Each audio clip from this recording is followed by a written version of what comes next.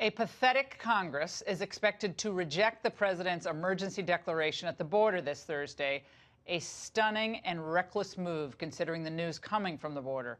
The U.S. government projects that nearly 180,000 more migrants traveling as families are expected to cross the border by May. Yes, that figure is correct. Officials told Fox News that they think the total numbers for this fiscal year could exceed the combined numbers for the last 3 years. No crisis, no emergency, right? Here now on whether Trump's emergency declaration passes constitutional muster is John Yoo, former deputy AG under President George W. Bush, and someone on the front lines of this fight. Pinal County Sheriff Mark Lamb from Arizona. He's with us as well. Now, John, as a constitutional matter, because I've gotten my ear chewed off from people on Capitol Hill, what do you say to those Senate Republicans? And here are their names. I want to put it up on the screen. Marco Rubio. He's focused on Venezuela. Tom Tillis. Lisa Murkowski. Susan Collins. Rand Paul. Thank you very much. And Lamar Alexander. Mike Lee is apparently someone to watch. That's disturbing. What about that? What do you say to them? Laura, I think what they want is a different kind of law to apply to President Trump than has been applied to all previous presidents. Because what they're doing is trying to claim that a statute, not a constitutional power, President Trump is exercising a power under a statute to declare an emergency and then to transfer money from military construction projects to the wall. Congress gave that power to the president, and Congress can always take it back.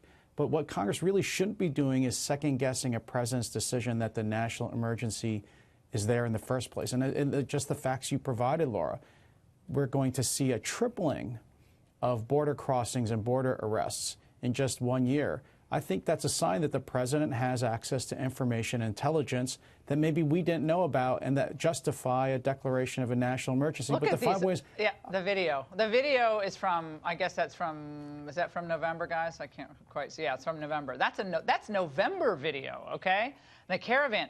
The numbers are much worse. Groups, large groups of 100 and more are becoming more and more prevalent. We brought all this to you last week. We don't have to recreate the wheel here. Sheriff, you're not far from the border where you are, but you're feeling the effects of this border crisis. And I'm telling you, this is disgraceful what's happening about 500 yards from where I'm sitting, Ryan. It's absolutely disgraceful. It's disgraceful for us, too, because, we're sitting down here fighting this fight on the front line and listening to these politicians attack our president.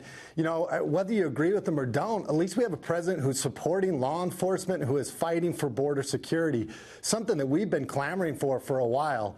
I know my border sheriffs, I'm 70 miles off the border, but I can go out in the desert every night and I can wrangle up probably 5 to 10 bodies and 300 to 500 pounds of marijuana. So it's definitely an issue we're dealing with. And, the cartel they don't have rules they're playing by.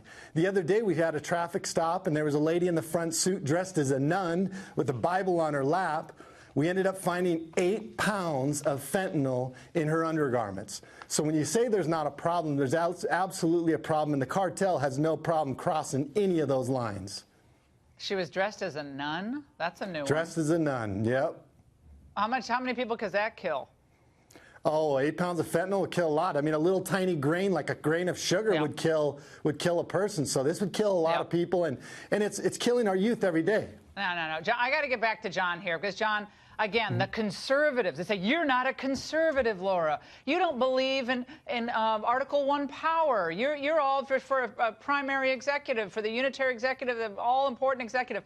It was back in the 70s they granted the president this right. Yeah. Correct? Yeah.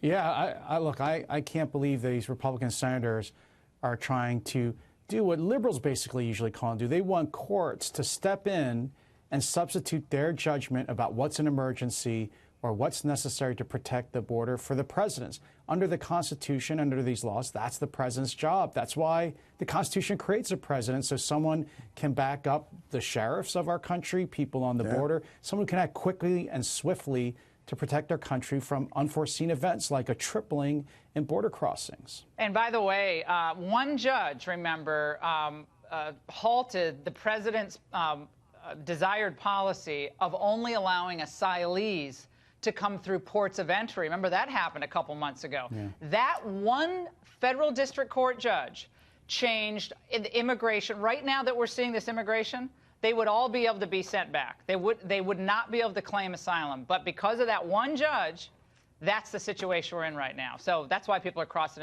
in non-ports of entry. Gentlemen, thank you so much for joining us tonight.